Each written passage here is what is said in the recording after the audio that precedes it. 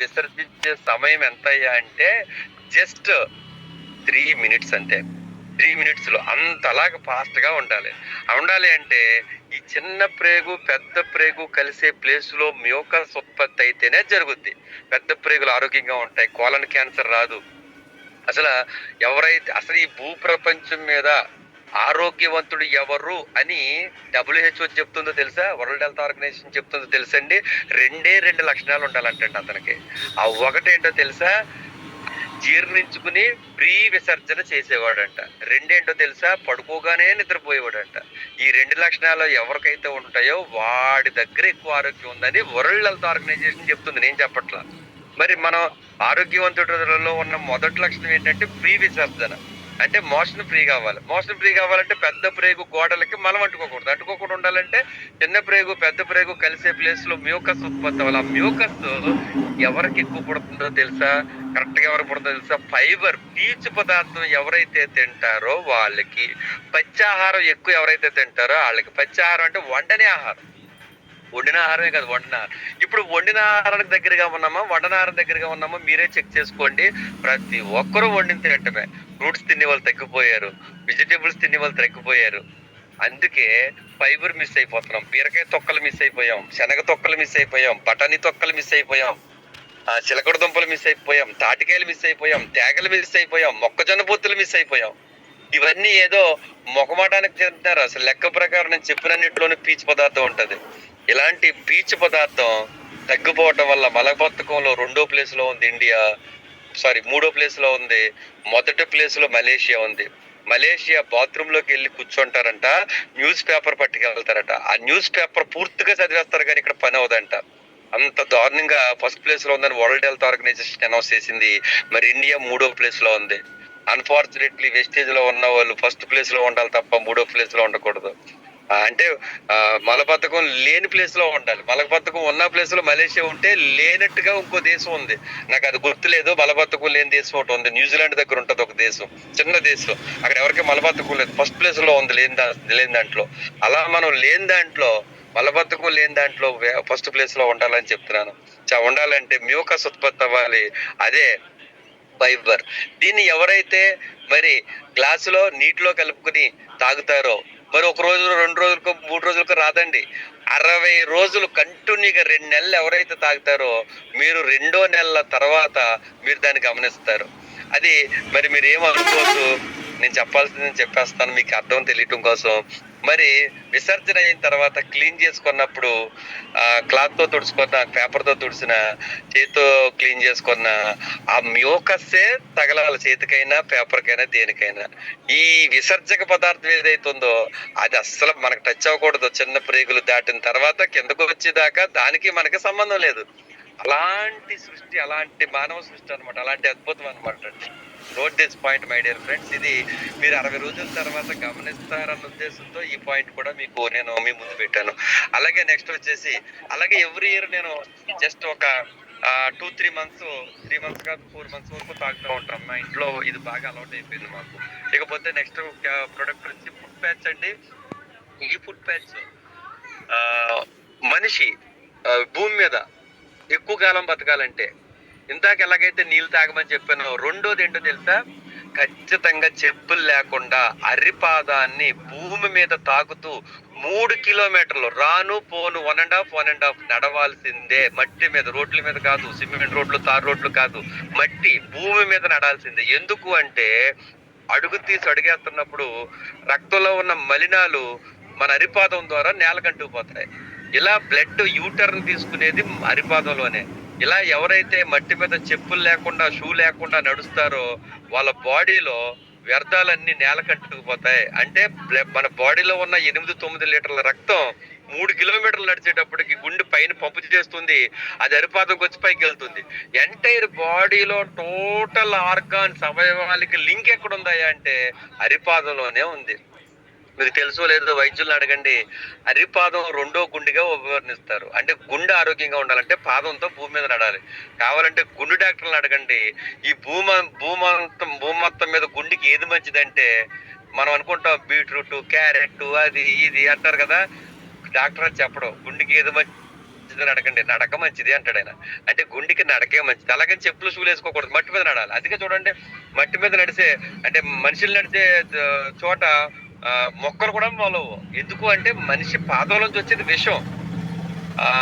ఒంటి మీద బనీలు వేసుకున్నాం, బనియన్, కాళ్ళకి సాక్సులు వేసుకున్నాం. వారం రోజులు అన్ఫార్చునేట్లీ ఏదో ఎక్కడో ఇరుక్కుపోయాం, మనం తీయలేదు. కానీ సాక్సులు కుళ్ళు కొంపు వస్తాయి, బనీన్ చెమట కొంపు వస్తుంది. ఈ బనీన్ ముక్కు దగ్గర ఎట్టుకున్న వాసన చూడొచ్చు, కానీ వారం రోజులు తీయని సాక్సులను ముక్కు దగ్గర ఎట్టుకుంటే ఎలక చచ్చిపోయిన కొంపు వస్తుంది. దానికి రీజన్ మన బ్లడ్ లో ఉన్న మలినాలు, డెడ్ సెల్స్, టాక్సిన్స్ అవన్నీ అందుకే అరిపాదాలు ఎప్పుడు చెమ్మగా ఉంటాయి.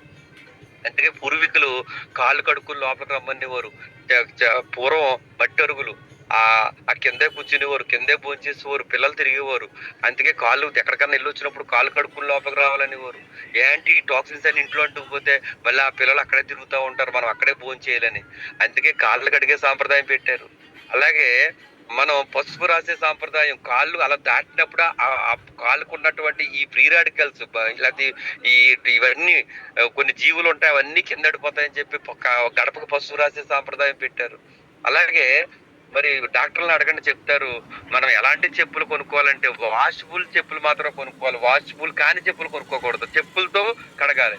ఇంకా చెప్పాలంటే మన పూర్వీకులు మనకు ఒక సామెత నేర్పారు, ఏంటో తెలుసా? చెప్పులు దొంగతనం చేస్తే దరిద్రం అంటారు. అంటే చెప్పులు ఒకడే వేసిపోతే దరిద్రమా? ఎందుకన్నారంటే వాడు వదిలేసిన దాంట్లో వాడి టాక్సిన్స్ ఉంటాయి, మనం వేసుకుంటే మనకి ఎక్కేస్తాయి అవి. అందుకే అపరిశుభ్ర ప్రాంతాలు, బాత్రూమ్ లోకి పెంట మీదకి వెళ్ళినప్పుడు చెప్పులు వేసుకోకుండా వెళ్ళకూడదు. నలుగురు మూసిన చోట హెపటైటిస్ సి ఎవరికైతే ఉందో ఆడు ఉమ్మూస్తే, ఆడు ఉమ్ము మీద మనం అడిగేస్తే హెపటైటిస్ సి మనకు వచ్చేస్తుంది. ఎలా వచ్చేస్తుంది అంటే ఆ అరిపాదం ఎక్కడ పెడితే అక్కడ మంచి శుభ్రమైన ప్రాంతాల్లో పెట్టాలి అరిపాదాన్ని. నోటీస్ పాయింట్, అంత ఉంది స్టోరీ అండి అరిపాదానికి. మరి అలాంటి అరిపాదం మరి ఎవరు నేల మీద మోపుతున్నారు?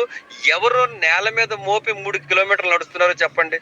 నాకు తెలిసి 90% నడవట్లేదు, 10% ఉన్నారు ఇంకా అక్కడక్కడ. 90% ఇంకా బిల్డింగుల మీద జీవిస్తున్నారు, భూమిని వదిలేసి బిల్డింగుల మీద జీవిస్తున్నారు. భూమిని వదిలేసి లిఫ్ట్ దిగ్గానే కారు ఎక్కేస్తున్నారు, కారు ఎక్కగానే మళ్ళీ ఆఫీస్కి వెళ్ళిపోతున్నారు, మళ్ళీ ఆఫీస్ అయిపోగానే కారు ఎక్కి ఇంటికి వచ్చేసి మళ్ళీ లిఫ్ట్ ఎక్కి పైకి వెళ్ళిపోతున్నారు. భూమిని ఎప్పుడో తాగాడు పాపం. అలాంటి జనం కూడా ఉన్నారు.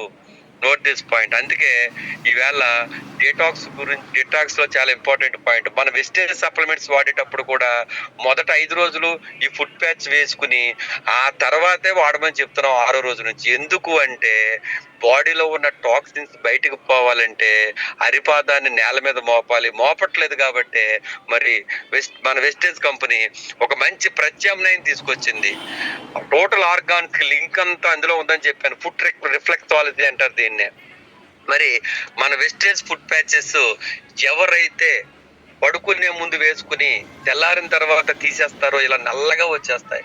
ఇగో ఈ విధంగా ఉంటాయి నల్లగా. వీటిని ముక్కు దగ్గర పెట్టుకోకూడదు, దాన్ని జాగ్రత్తగా రెండింటిని రిమూవ్ చేసి అంటించి అవి తీసుకెళ్లి పాలిథిన్ కవర్లో కట్టి దూరంగా పడేయాలి. కోడి తింటే కోడి కూడా చచ్చిపోద్ది. ముక్కు దగ్గర పెట్టుకోకూడదు. ఇంట్లో పడేసారా ఆ గాలి పీల్చిన ఎవరో ఒకరు మళ్ళీ జబ్బుల బారిన పడతారు. ఏదో రకంగా ఇంట్లో ఎవరో ఒకరికి జ్వరం వస్తుంది. అందుకే వాటిని రిమూవ్ చేశాక చాలా జాగ్రత్తగా దాన్ని పడేయాలి.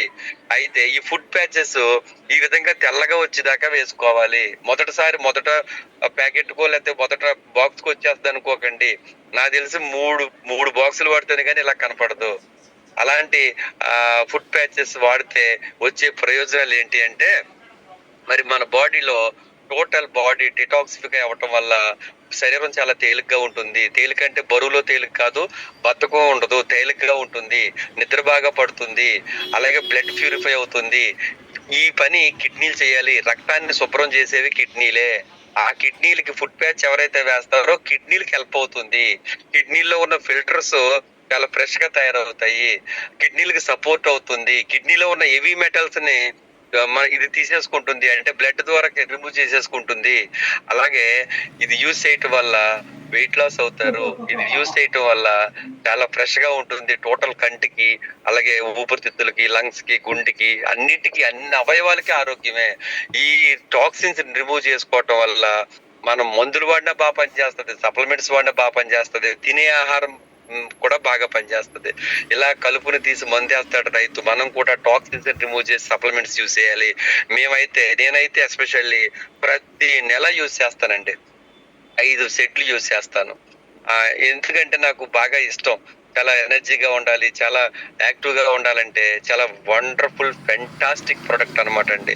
ఇది వాడిన తర్వాతే 5 రోజులు వాడాక 6వ రోజు నుంచి సప్లిమెంట్ ఇవ్వండి, పని చేయలేదు అనే వాళ్ళు ఉంటారు అనమాట. అందరూ పని చేసినాయి అంటారు. ముఖ్యంగా ఎక్సర్సైజ్ లేని వాళ్ళకి, వ్యాయామం అంటే శరీరానికి వ్యాయామం లేని వాళ్ళకి, నడక లేని వాళ్ళకి, బయటికి వెళ్ళని వాళ్ళకి, కొన్ని మందులు ఎక్కువ వాడిన వాళ్ళకి ముందు అవి రిమూవ్ చేయాలంటే ఈ ఫుడ్ ప్యాచ్ వాడండి. The great food patch detoxification లో బెస్ట్ ప్రొడక్ట్ అనమాట, ఫైబ్రెంట్ ఫుడ్ ప్యాచ్. ఇంకా ఉన్నాయి కనవ 3, రేపు చెప్పుకోవచ్చు. Thank you so much Eshwar garu, wish you wealth. Thank you sir, thank you so much. చాలా చాలా అద్భుతంగా వివరణ ఇచ్చారు. ఎందుకంటే అసలు డెటాక్స్ కేటగిరీ ఏదైతే ఉందో అసలు ప్రొడక్ట్ కన్నా